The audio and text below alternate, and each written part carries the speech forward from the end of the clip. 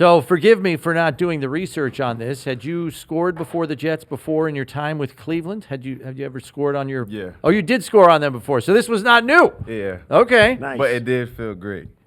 Well, I gathered that by the way you launched the ball into the seats. Yeah. Well, it was actually something that me and Cook kind of was going back and forth with, because it was like a kind of 2-play-in-1 where Cook could either get it or I could get it. So Okay. Whoever got it, we had to score. Okay. And I Yeah. scored, and I said, if I get it, Yeah, but when that's called in the huddle though, like the hair on the back of your neck stands up. yeah, I'm thinking, 100%. right? 100%. Yes, sir.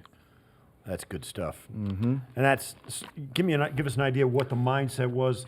You guys came in. You knew the Jets had played better than people thought they were going to be able to play against a Pittsburgh defense the week before. You knew they didn't want to go 0-2, so you thought you were going to get their best shot. Did you have anything that you shared with the team about the mentality in that locker room, what you knew of it? Yeah, I mean, it is a little different. You know, they got a new coach over there with a new mindset that he's instilling as far as from what it seems like. But some of the guys are similar, you know, just inputting my input, you know, whatever they ask me of you know, how this guy plays this or what's his tendencies, obviously, besides what film is showing. And that's kind of what we did. You know, I think the guys, you know, we're in the division, so they've been playing them too as well. Sure, But, yeah, a couple guys asked some questions, and it just felt good. You know, I think that, you know, having someone in the room that has been there, you know, so get some little insight. Yeah. It's only been 2 games, but the approach in both games has been very different, dictated mainly by the score on the board both weeks. You know, you guys are down in week 1, so you're pretty much 2-minute drill the whole second half. Mm-hmm. And then this game, you were able to kind of slow it down to whatever pace you wanted, and Joe Brady's largely calling the same dang run play time and time and time again until the Jets proved they could stop it. And you'd used a lot of 22 and 13, 12 personnel to just kind of impose your will on those guys. Are you excited about the chameleon-like nature that this offense can take on in terms of appearance and really not clue that opponent in as to what they're going to get in a given week based on how the first 2 weeks have unfolded? Yeah, and they've been very different, just like you said. And I think having that on film only makes us more dangerous. You know, we got a lot of guys in the room that when I even, you know, think about it and chop it up with some of the guys, it's like anybody can go off at any moment, and coach knows that. You know, the first game, like you said, we threw it a lot. Right. You know, and we were down, and we were still continuing to throw it. And you've seen that outcome of us coming back, something that many people haven't really seen. Of course, we have trust in Josh, and coach has trust in us. And then this game, we're a little bit more controlled. Kind of knew, you know, what they were going to do, a little bit of a, you know, more time, I guess, to, you know, that first game is anticipation. Sure. That second game slows down a little bit. Yeah. You know, so and it kind of showed us that, but I think we could do it anyway. What's the big message this week about how different this team's going to be this week than the one you just faced? I think it's just not really about them, no matter what team that we face. You know, it's still early. A lot of teams still coming to their way, including us. So I think it's just more focusing on us. It's a quick turnaround, and everybody's just trying to make sure they're on their P's and Q's. And if we focus on us, then the score is going to keep reflecting in that. In terms of some of that game day talk, you talked about how you're kind of chatting up with Cook a little bit in the huddle. Are there any other guys you find yourself gravitating to, even when you guys are off the field on the sidelines, whether you're talking between series? I mean, obviously there's communication with Coach Henry, your receivers coach, and even the OC, Joe Brady, upstairs if he wants to get somebody on the phone. But who are you – because, I mean, you're new to the roster still to a certain extent. Who are you chatting it up with, you know, during the course of games as games are unfolding? You got any – I feel like everybody – it's not like where I've been on other teams where I maybe have, you know, singled out certain guys or, you know, just closer. Like when I was at Cleveland, like it was just kind of like me and Coop and Judy, you know. And then here it's like everybody talks. You know, I have a relationship with Palm from high school. Right. And then, you know, throughout college kind of kept up, so we talk. And then Shakir, you know, we're building our relationship. You know, even Curtis building our relationship. And Keon is a jokester all day, so I know who to go to at times for depending on how I'm feeling or what I need. So I think everybody talks, and I've really been a part of the team that is this close.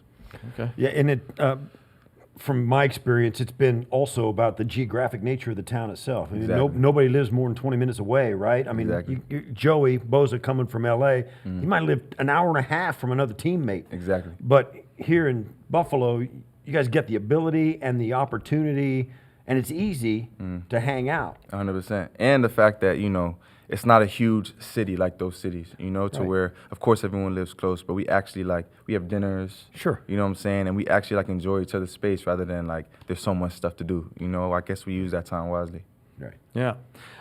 Time now for this week's Timbits Timeout, presented by, of course, Tim Hortons, where we have the fans ask a Bills player a unique question. So this one comes from Ed, and it's kind of similar to what Steve just asked you, actually. What has Elijah noticed about the Bills organization that may not exist in New York or Cleveland? Yeah. Could be anything. That's a great question. I just would say the guys, the people. I feel like I'm a part of a group right now that we're just everybody talks to everybody. Never really and any guy who's in the league kind of knows that when you're on teams, everybody kind of has their cliques. It's just the inevitable sometimes of how it goes. But this team, the O-lineman hangs out with the DB.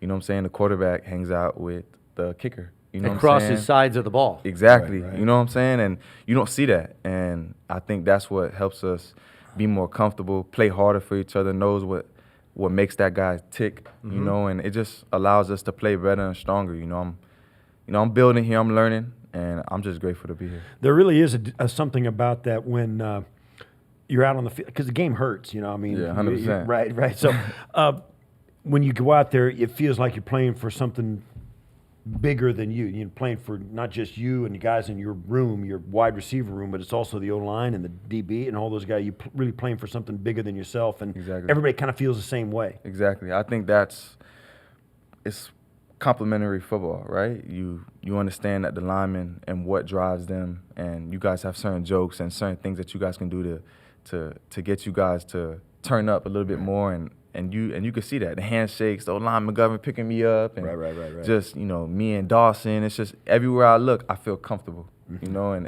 that's not always, Yeah. So. The last one I've got for you is when you signed here, and you heard the "everybody eats" mantra. Yeah. There are some skeptics out there that might say, "Well, that sounds great, Yeah. but is that really going to happen?" Yeah. Had you watched enough film of this team last year to see it in action to believe it, or did you kind of come in and say, "Let me see it before I believe it"? Because through the first 2 weeks, you see all the guys getting targets. Like Josh will spread it around. I mean, he didn't throw a lot last week, but he will spread it around. No, 100%. And I did do my research. Of course, being in that situation of trying to pick a team, see where, because I've already was on two. Want to make sure that everybody wants to find a home. And but I did, and watching the film from last year, you could see that. The guys were making big plays, and so many people at that doing that. You would see all different guys catching the ball. All different guys running the ball and doing well at it. It wouldn't just be Cook. Be the other two back there going crazy.